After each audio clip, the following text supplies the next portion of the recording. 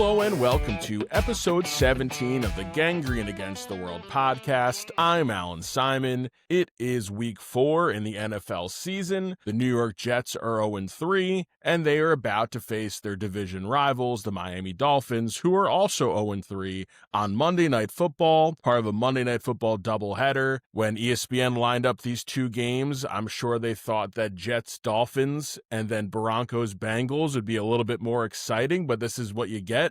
For the Jets, it is very, very simple. Win a football game. It is time to throw out all the excuses. No more Aaron Glenn's staff is new. No more Steve Wilks is figuring it out with these rotational pieces. You have who you have on this roster. They did make an adjustment and a trade that seems pretty nice for Jarvis Brownlee Jr., cornerback in his second year from the Titans. And if you want to know if the Jets won that trade or not, go look at Titans Twitter right now. They are very upset. A guy in a rookie contract, was a late round pick, was good last year, commits a lot of penalties, but very good in zone defense, tackles pretty well, and right away is the second best corner on this team. Only problem, he only has one working foot right now, so once he gets healthy, he will be playing on the other side of Sauce Gardner. So for this week, your roster is who your roster is. It's going to be a lot of the same guys from last week. Overall, the Miami Dolphins are a dumpster fire.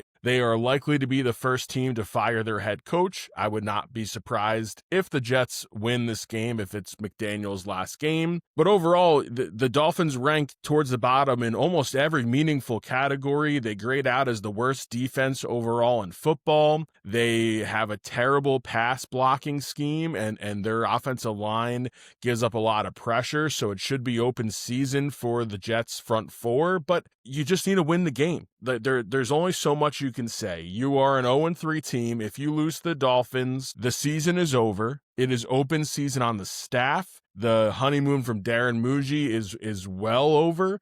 You know, he has his fingerprints all over this team. His signings have not worked out so far. Brandon Stevens is a disaster.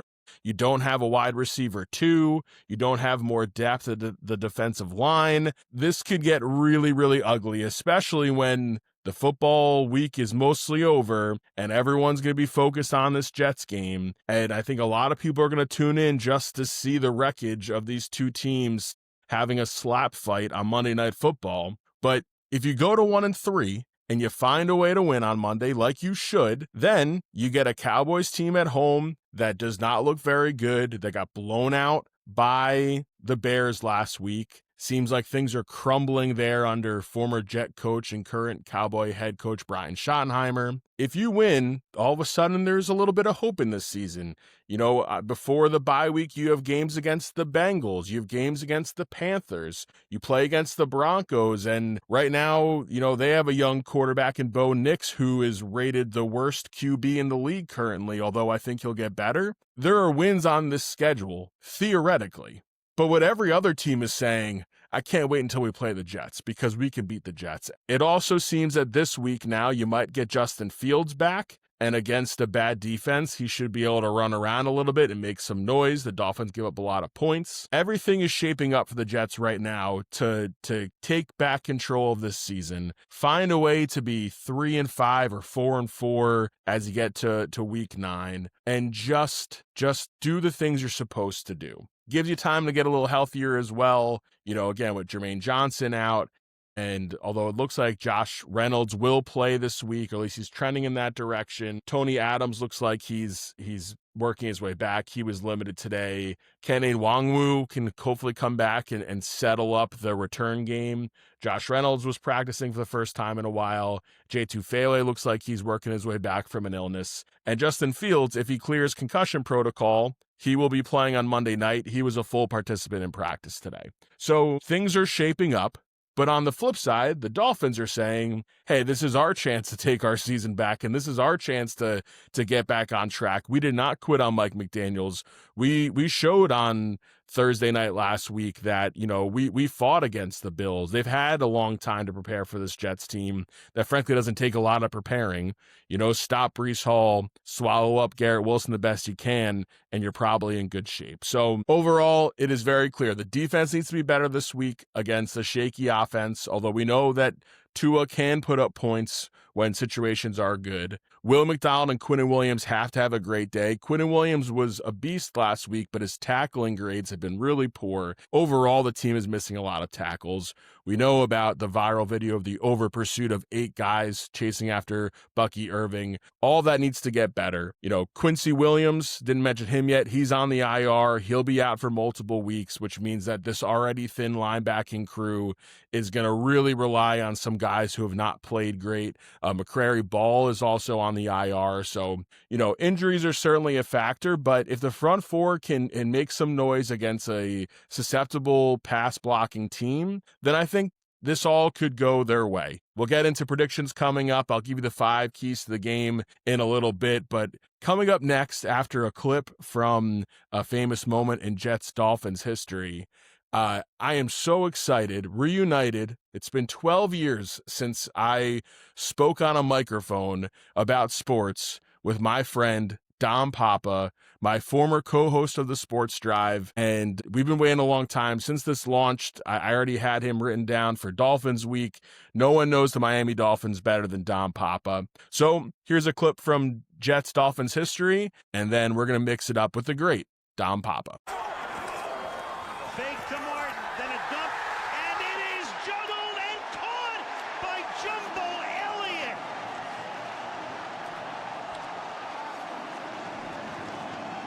That Jumbo, they had the hands team in. The tackle lines up as an eligible receiver at the end of the line. He's open, he's juggling, he's falling down. Remember, it was ruled a touchdown, so what they have to see is conclusive evidence that it wasn't. And not the reverse. to go along with the fake and everything, he didn't take his gloves off. He's got his blocking gloves on, and he's got himself a touchdown. He does. Welcome back to the Gangrene Against the World podcast. Allan Simon here, and this is a reunion 12 years in the making. It's been about 12 years since I spoke to Dom Papa about sports. We were the co-hosts of the always nominated but never winning Sports Drive in Wayne, New Jersey. And as soon as I knew I was launching this thing, I knew who I was going to write in for Dolphins games. No one knows the Dolphins better than Dom Papa. No one has more to say, and my text messages can prove that. And I want to first off say, Dom, thanks for joining on today. Yeah, thanks for having me on. It's exciting. It's been 12 years, like you said, and neither team has won a playoff game. So we still sit here in this misery that we've always had. We sure have. Not much has changed, really. The Jets have one winning season since we did our last show together. And I don't think the Dolphins won a playoff game since 2000, right? So Since I was 9 years old. Yeah. The last time.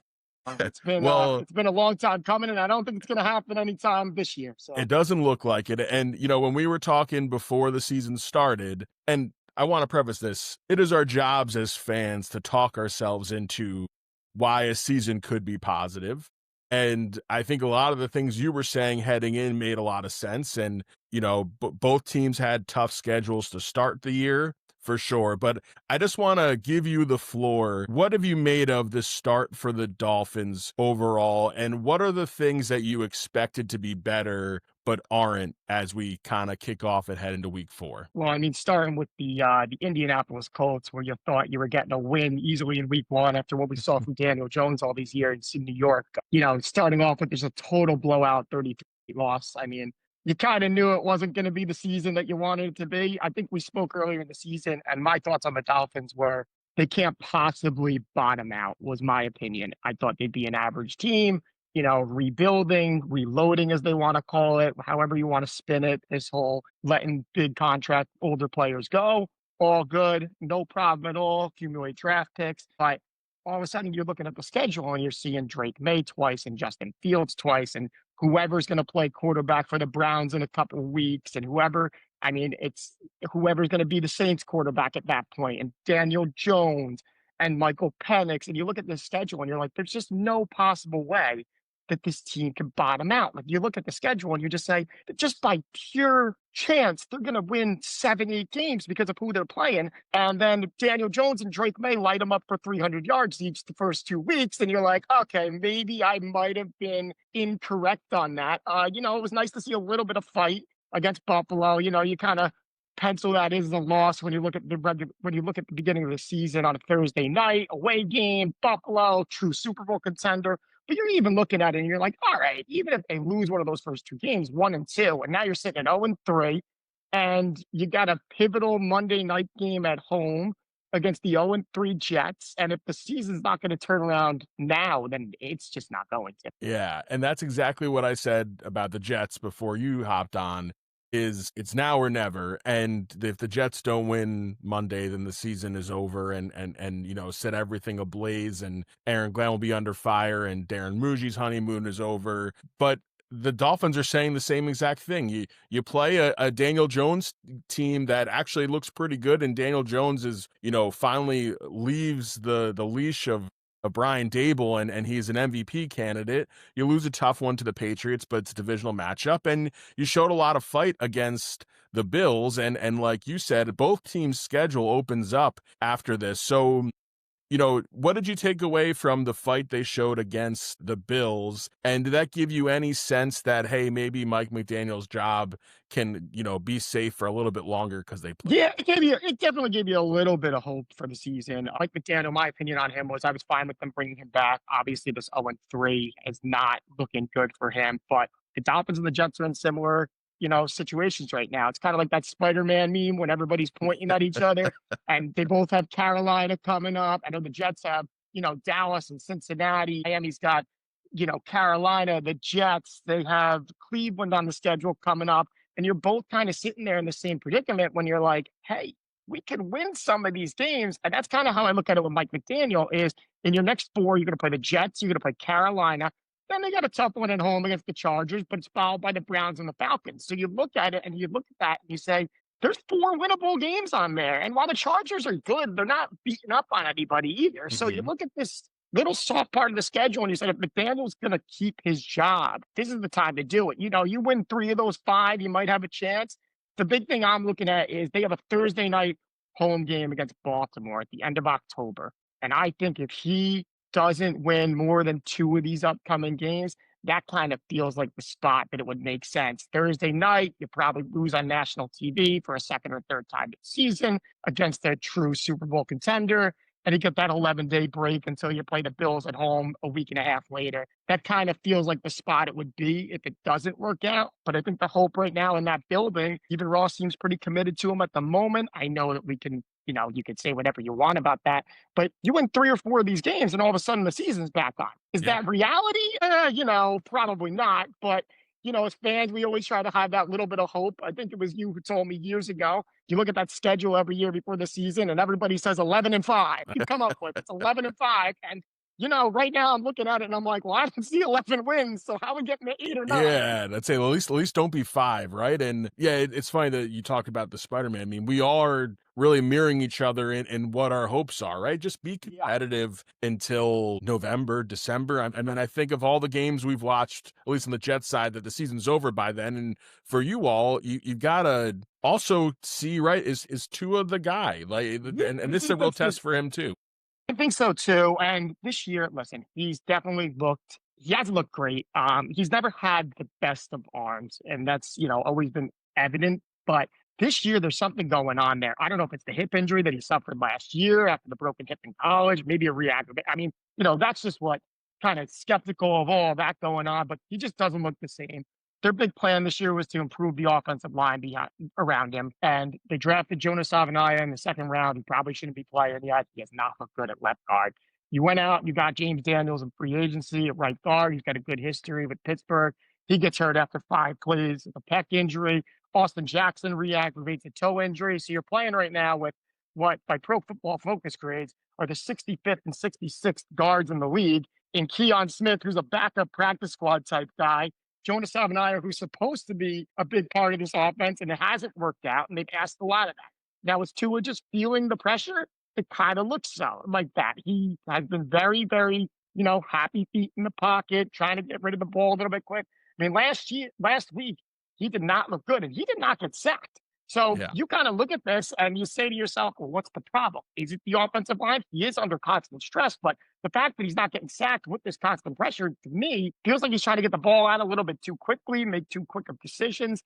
And it's just been a struggle. Yeah, and when you mentioned PFF grades, I was pulling it up, and they're the third worst pass blocking Oh, it's team been bad. in the league right now. And the Jets don't have a deep pass rush, but they do have Will McDonald and Quinnen Williams, and that needs to be one of the keys for the Jets is that they gotta make Tua feel the pressure, I think it makes sense if Tua's not feeling 100% already that he's gonna have happy feet. He doesn't want to get hit in the pocket. He's not a threat to run, on any moment.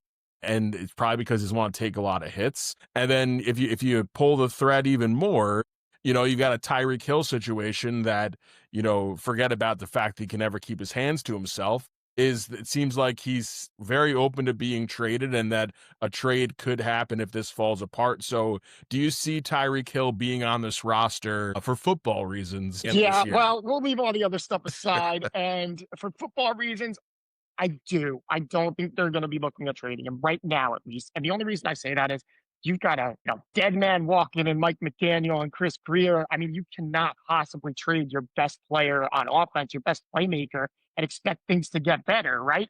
I mean, you try to get rid of Tyreek. What's their offense? It's Jalen Waddle, a 5'7" Malik Washington, who's a nice player. Nick Westbrook-Coquina has been kind of a disappointment. We're getting Darren Waller back, so I guess you can get There you excited go. about that, right? I mean, reinforcements are on their way. I just don't see it. I've been saying it since last year. You kept seeing all the trade rumors, and everybody's trying to push this issue, and he's still on the team. Well, why is he still on the team now? You could probably get decent value for him, but at this point, how can you do that if you're McDaniel and Greer? You're going to get rid of your best offensive weapon? It just doesn't make any sense to me at this point. Yeah, and this is where when you have a situation with a head coach whose job is on the line and a staff with the job on the line. Oh, absolutely. Do We're you going with Brian Dable right now. Yeah, and do you want them making these decisions too, Wow. right? And that's why, firing Mike McDaniel after 3 weeks, lost last week or 4 weeks if they lose on Monday, at that point it's like, well, then why'd you bring him back at all? Absolutely. The Jets went through it with Saleh last year. And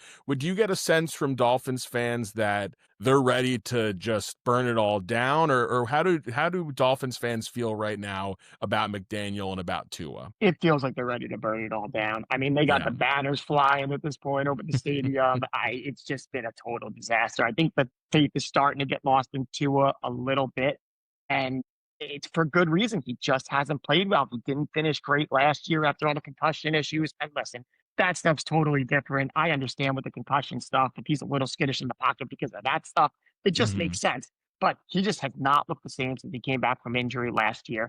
And I think you have a tale of two different teams in this, right? You have the Dolphins who are, you have a $50 million a year quarterback. And was he really worth that? Last year, before the season, he kind of had this quote that he said, hey, the market is the market when looking for a contract extension.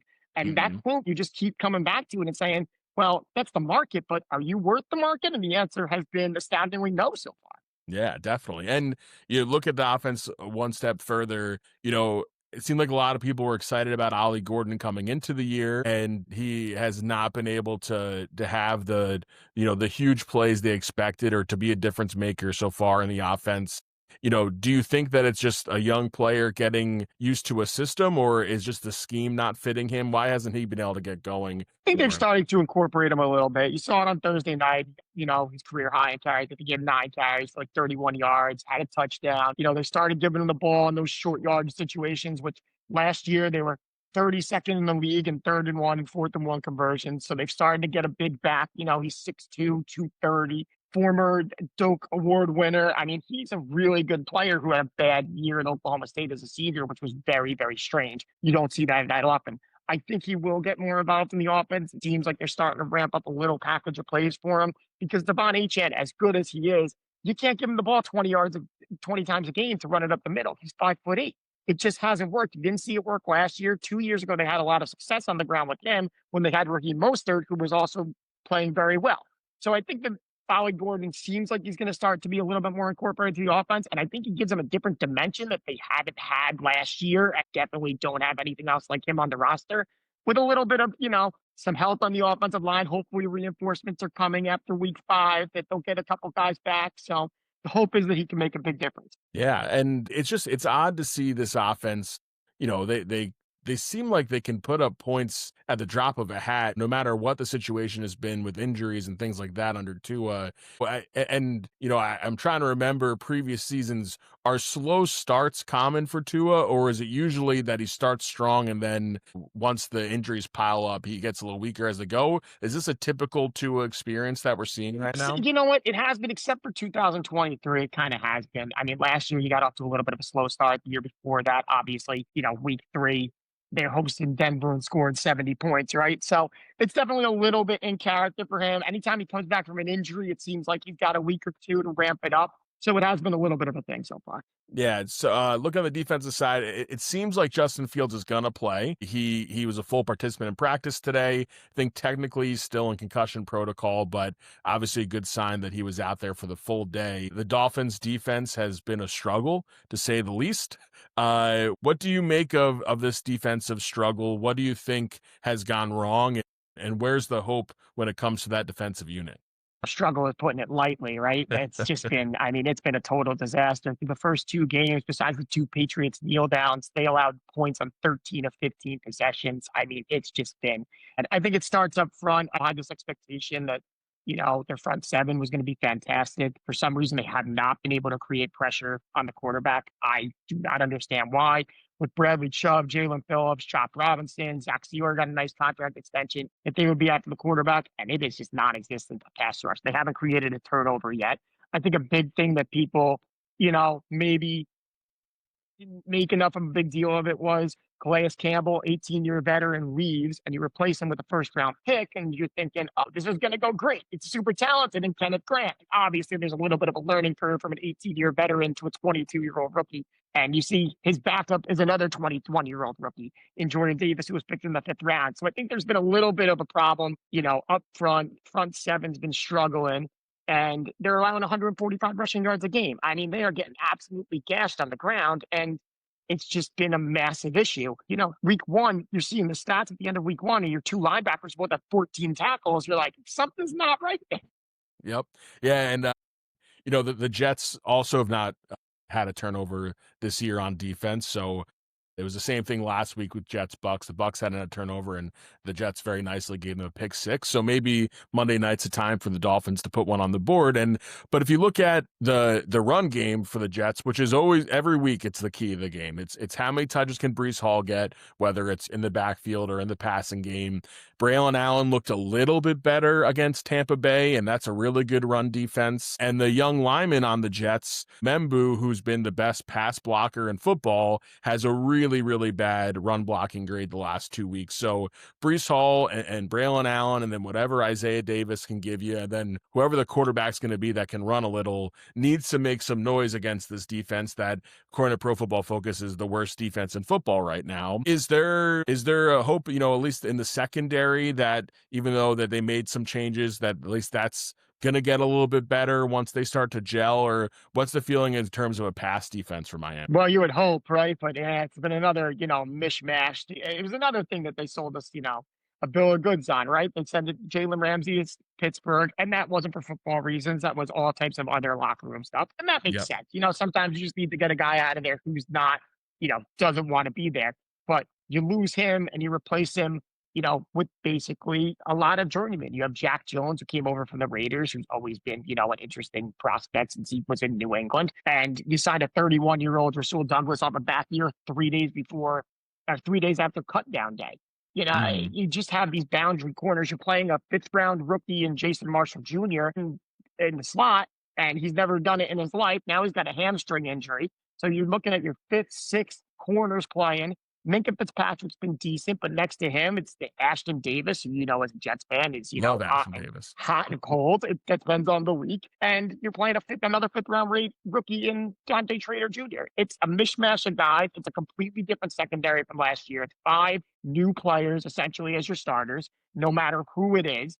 And you're watching them try to gel in real time. And the secondary, where it's all about communication and playing together, these guys have never taken a snap together until week 1. I mean, Rasul Douglas wasn't even there in training camp, and then you're starting him on the boundary. What did you expect kind of was going to happen? Yeah, no, it's been a mess, but I think the Dolphins have an opportunity to get right against the Jets. Justin Fields I mean, you couldn't look worse than he did against Buffalo. So you try to figure out, is he more like the guy against Pittsburgh, more like the guy against Buffalo? I will say, I think he played so well against Pittsburgh, partly because he knows that defense really well. He practiced against it every single week for a year, and he needs to come in and be better. I am curious. We were texting about him a little bit. What has been the Jack Jones experience so far? He's one of the best run-stopping corners in football. Yeah, he's been an experience. He hasn't been terrible. He's been okay. I would say, he passes the eye test sometimes. Yeah. Is the thing that, sometimes I like to look at these Pro Football Focus grades, and you just look at it, you're like, I don't know about that. You know how it goes. Like, you don't think he's a 90+ rated run no, stopper? sometimes you just look at these guys and you're like, I don't know about that, but he hasn't been terrible. To be honest, outside receivers have not given the Dolphins a ton of issues so far. It's mostly been that they can't cover running backs and tight ends, which is a definite problem with the linebacker situation. Tyrell Dodson's kind of out there, and he's a good player, but he's struggling in this pass coverage. Jack Jones, though, it's just exactly kind of what you expected. He's got all the talent in the world, and he shows it once in a while, and just he's handsy all the time. He's got a couple of big penalties this year. It's just been an experience, as you said. Yeah, no, his name was called a lot against the Bills, and that's not always what you want to hear. They'll be getting a helping of Garrett Wilson, who I think is going to set a record for target share percentage on a season. 30+% every single game so far. If we're looking at just kind of comparing the two teams, where do you think the Dolphins have an edge? If the Dolphins were to win on Monday night, what do you think would have to go right for them? They're going to have to run the ball. I mean, I think that's going to be, I actually think that's going to be the key to the game for either team. I expect something, I kind of expect a little bit of a defensive struggle, and whoever wins on the ground is going to be the team that wins this game. I think that both of them have weaknesses in that area. Both teams have a strong running back. Both teams, Miami at least loves to get away from the run as soon as something goes a little bit bad. McDaniel's got a history of the second we're down 7 points, we're going to abandon it. And it's been the only thing that's kind of working for them this year. Achane has probably been the bright spot of the team. So I think that's where they're going to have to win. They're going to have to get, they're going to have to get ground game going from Achane and stop the run, which I don't know if they can do. Yeah, I really don't have a sense of how Monday's going to go. If I try to take my Jets fan brain out of this, I'd say the Jets match up very nicely against Miami. I think that they should finally have a game where they can run the ball as successfully as they did week 1. But until I see it, until I see this team win a game, I don't believe they can win a game. That's how I feel. I think it's interesting because you got two 0-3 teams, but they're a different type of 0-3, right? Like Miami's 0-3, have a $200 million quarterback that you paid a year ago, a head coach in his 4th year, and everybody's kind of fighting for their jobs. You got to get to the playoffs. You got to win a playoff game. Whereas the Jets, you're 0-3, but you got a rookie head coach. Mm-hmm. You got a new GM. There wasn't a quarterback you liked in the draft, so you went the Justin Fields route of a first-round talent. He's a first-round guy on his 3rd or 4th team. And, but you've seen a history of that lately with the Darnolds of the world and the Genos of the world. And you saw it last year, Baker Mayfield. They went that route. And you kind of buy yourself a little bit of time when you do that. So I think they're a different type of 0-3. One has high expectations because everybody's job's on the line. Whereas one is, you kind of knew it wasn't going to be a playoff season. It was going to be a 5 or 6 win team. And hopefully, you would see some sort of success as the season went on. Now, if the Jets go to 0-4, know that Aaron Glenn welcome starts to get a little bit. I think it's he saved himself. The team saved him. Really, Will McDonald saved him by making that game close at the end, and Tyrod Taylor being the professional that he is. The fact that they had a good 4th quarter. I mean, you go in down 3 scores in the 4th quarter, and I'm sitting there. I'm literally sitting on the floor in my living room with my toddler sitting in the seat behind me that she took from me, and I'm just like, I can't believe this is happening again. That it is a no-show performance. I end up going into my office to watch the rest of the game because she doesn't deserve to see such terrible football at such a young age. And I'm ready to just rip them apart that night, and then they save it a little bit, but for me, it's when does this defense get better, right? This Yeah. defense can't make a stop whenever it matters. It's been the And Steve Wilkes story the last couple of oh, years. it's just And, brutal. And he's doing the Steve, same thing in San Francisco. yeah, and Steve Wilkes and Robert Saleh and even Aaron Glenn, those defenses are really nice. The bend but don't break, not super aggressive. Those work really nicely when you have a high-powered offense. But when your offense isn't any good or it's mediocre at best, you need to be a game-changing defense. If you're going to make Sauce Gardner the highest paid corner in all of football, can you have him play the ball once in a while instead of hand-checking down the field for the entire game? This team can never turn anyone over. All that said, it's the same story. If you win the game on Monday, there's a soft landing in the schedule and things can possibly look up. And you said it. I don't care about this team making the playoffs. That'd be amazing. I don't think it's going to happen. The whole premise of the beginning of this podcast in the preseason was, what are the perfect situations that have to happen to get this team to 9 wins? And I just want to see that there's hope, like I've done with every regime since Rex Ryan, and on we go. Before we get to our score predictions, I want to get a sense. You got to experience the Daniel Jones revitalization in week 1. What's your favorite story outside of, the AFC East in football right now? What's been some that's jumped out to you? No, weirdly, it might be that, to be honest. I mean, I think just living in Jersey in the New York area, you're kind of seeing that. You watch so many games of Daniel Jones just, not throw the football anytime he saw a receiver open. I think it's wild that they're 3-0, to be honest. And they look like the legit. I know they played the Dolphins. I know they've had, but that game against Denver where they come back and they win fourth quarter, Yeah. open or ending drive with the field goal there. I mean, it's wild to me that they're 3-0 and they look good. I mean, I watched that offensive line and they're scary. There is no offensive line like that in the league.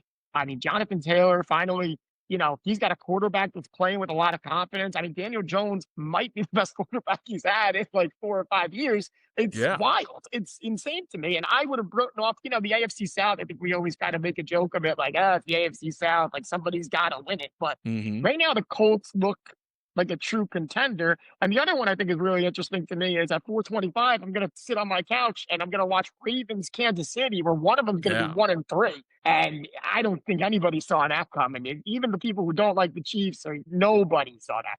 No, and it feels like if this is the Chiefs that we've seen the last few years, they beat Baltimore and they kind of stay afloat and then they get hot at the right time. That's been their template.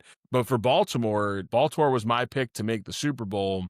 For me, like, there's no better opportunity. You look at the AFC right now with Mahomes and that team looking old and slow and not a huge offensive output from them at all. And then, the Steelers or whatever, they don't scare me too much. They'll probably make the playoffs, but I won't be afraid of them in the playoffs. Obviously, Joe Burrow being out, there's just a lot of open territory. And then you got the two Harbaugh brothers, Yep. The Chargers and the Ravens should have an open path to make some noise. But you never know who's going to be good. It's why when we play the always fun and famous win-loss-loss-win game, you don't really understand your schedule until you start to see games happen. No. Because the Colts, that week 1 looked like a fluke. Now they look pretty good, and you got to give that Colts leadership a lot of praise. They made the tough decision to not play the quarterback they drafted, and they look like geniuses so far. Yeah, no, they do. Daniel Jones has been a significant upgrade over Anthony Richardson. I mean, they picked him 4th overall, 2 years ago? Mhm. He did not look any good for 2 years. I mean, he's been hurt a lot also, but there was never really that sense of this guy's going to be a franchise quarterback, and they were able to move on pretty quickly. And you're right, you got to give them a little bit of credit on that. Yeah. So let's wrap this up with predictions. If you got a prediction for Monday night, what do you think the score is going to be? Who's going to come away on top? Man, this is a tough one. I think if this game was at MetLife, I would take the Jets. Mm. The fact that Miami's had 11 days off, they had a good showing in the fourth quarter, it's at home. I'm going to go with Miami. I don't think it'll be very high scoring, even though both defenses are bad. I think that both teams are going to try to control the clock, control the run game. I say something like 21-17. Yeah, I think that's about right. I think it's going to be ugly football. That's my guess, is that it's going to be a slapping fight until the very end. I give my final prediction on the pregame preview that I read on gangreneagainsttheworld.com, but I'm torn between that. I'm leaning your way too. It is baseball season. We're not going to talk Aaron Judge. We're not going to talk any of this. I want to bring up something that I didn't warn you about. I believe it was 12 years ago that I had the biggest sports fight I've ever had in my life with anyone. It was on the air. I know who it is. What do you think it is? Mark Burley's Wilson. That's 100% what I was going to bring up, because I think it is important that officially on the record, I say that Don Papa, you are correct. Mark Burley was the better pitcher. At the time, CJ Wilson was at the peak of his career. I don't know if he won a game after that fight, but faces were red. We were yelling at each other about who you'd rather have, Mark Burley or CJ Wilson. I think Burley played for like 7 more years, and CJ Wilson, I don't think, had a winning season for the rest of his career and was out like 3 years later. So I think it's only important that I end this on the record saying, Don Papa, you were correct in that big argument 12 years ago. Thank you. I appreciate it. I love that you remembered. I can remember just the heat coming off our heads. Our good friend and producer, Courtney Chelf, is like staring through the glass like, The only argument, like real argument we ever had. And it was, are you kidding me? and I was telling Kelly, my wife, that I was going to bring it up on this podcast, because I don't think on the scale of how big of a fight I was in and how wrong I was has ever been more off the charts. It was an enormous fight, and I was completely incorrect. So I'm going to end with that and say, Dom, you were correct about Mark Burley versus CJ Wilson. Listen, man, this was so much fun. I'm glad you got to come on. There's another Dolphins game, of course, that we're going to have to sit through between Dolphins Jets later in the year. Doesn't mean we won't bring you on in other parts of the year too. Maybe if there's a coaching change, we might want to hear what you got going on. But thanks so much for joining, man. Absolutely, Allan. Thanks for having me. Yeah, take care. The snap, pumps right, under pressure, deep over the middle, for Katsuri, caught at the 5, at the 1, is he in? No signal, touchdown! The official on the near side right signals a touchdown! Olindo's on to attempt his 25-yard field goal. Kick is up, and it's good. 3 wide receivers. The lone setback is Leon Washington. Pennington back to throw. Has some time. Dumps it off to Washington right. Makes a move at the 20. Outside of the right to the 30. Gets loose. He's at the 35. Right sideline 40. He's to midfield. Cuts it back at the 40. To the Dolphin 30. Right sideline 20. Tripped up at the 16. Nugent is set. The Jets are set. The snap. The placement down. The kick is up. It has the distance. Good! Mike Nugent is perfect. The Jets 13. The Dolphins 10. That is your final. I want to thank Don Papa for joining the show today. It was great to catch up. It was great to rehash an argument we had about 2 baseball pitchers 12 years ago, and I'm glad it stuck with him like it stuck with me. But overall, the Dolphins and the Jets are kind of in the same spot, 0-3. If you win, you feel like there's some hope for the season because both schedules get pretty easy and there's some soft landing spots moving forward. For the Jets, if you lose, the season's over. For the Dolphins, if you lose, you may lose a head coach and you have to figure out if Tua's the guy after all the money you spend, things like that. But from a Jets perspective, you win this game. You then face the Cowboys at home. You go to Europe where they always play terribly against the Broncos. And then you have the Bengals, you have the Panthers, and there's opportunities there to get some wins as you head towards your middle of the season bye week. And if Justin Fields does play, it's a great opportunity against a bad defense to make some noise and get the taste out of our mouths from a really difficult game against the Bills, or a terrible performance against the Bills, the worst performance of his career. And if it's Tyrod Taylor, he just has to do more of what he did in, the fourth quarter. He actually started that game pretty decently, if you remember, against Tampa. They did have a lead 6-3. They moved the ball a little bit. And altogether, this is a Dolphins defense that is very, very bad. And if you can't put up points against them and you can't stop them, on the ground defensively, then, this team is a team that should be looking towards the draft. And the Jets are a team that are nowhere close to making the playoffs. The narrative can get really, really, really ugly quickly. If you win, there's hope, and you move on from there. So going to take a look at the 5 keys to the game coming up Monday against the Miami Dolphins. To start, QB composure. No matter who is going to play against Miami, whether it be Tyrod Taylor or if it's Justin Fields, Be composed. Do not turn the ball over. The Dolphins have not turned over anyone so far this season. They have 0 turnovers, just like the Jets have 0 turnovers this year, and attack one of the worst defenses in football. Pro Football Focus has them as the worst defensive unit in the league. That's number 5. Number 4, the pass rush needs to be aggressive.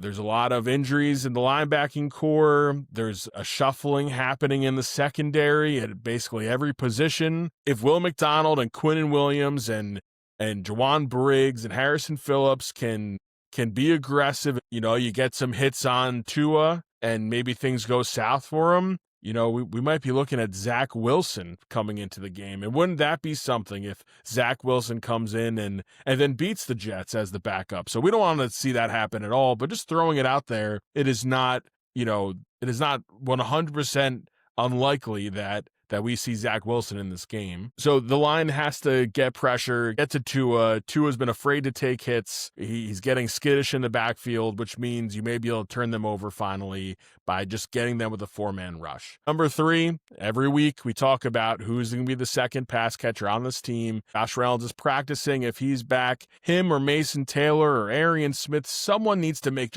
I'm just talking one big splash play out of one of these cursory offensive players. Someone not named Garrett Wilson, not named Breece Hall, maybe not even named Braylon Allen, although he hasn't shown a ton so far. Someone needs to make a huge play.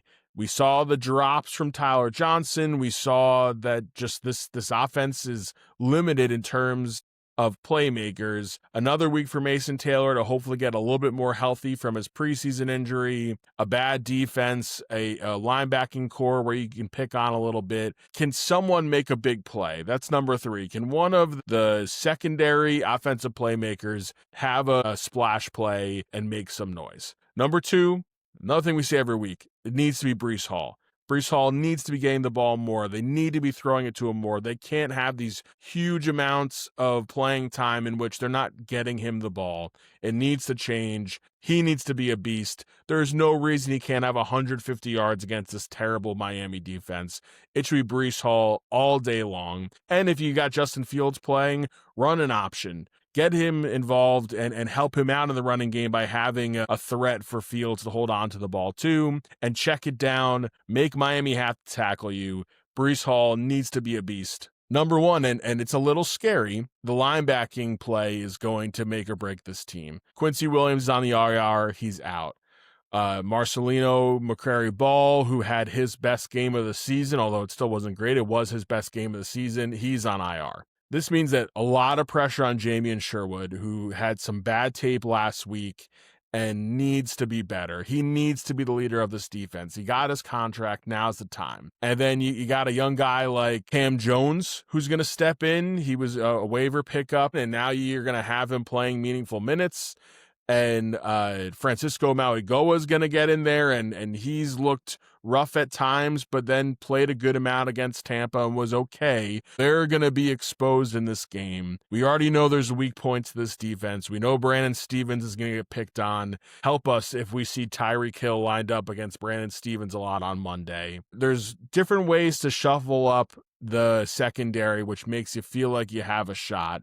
But with the linebackers, it is very, very thin. And the way the Jets lose this game is if Miami somehow finds a way to run wild, and then all of a sudden they're putting up a lot of yards on the ground, you then have to put more people in the box, then you have explosive plays by Tyreek. It can all really crumble if the linebacking play is really poor. So the number one thing from this team, it has to be that they are not completely empty in the middle of the field with this linebacking core. So Monday Night Football is a long way away, it feels. We've got a whole weekend to get through, and then we got to sit through all day Monday at work before it's finally time for Jets Dolphins.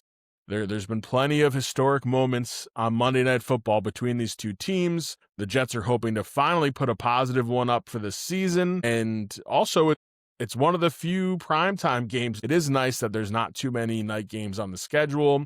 This is one of them, though. So Miami against the Jets, 2 0-3 teams trying to save their season on Monday in Miami. This has been episode 17 of the Gangrene Against the World podcast. I'm Allan Simon. Thank you for listening.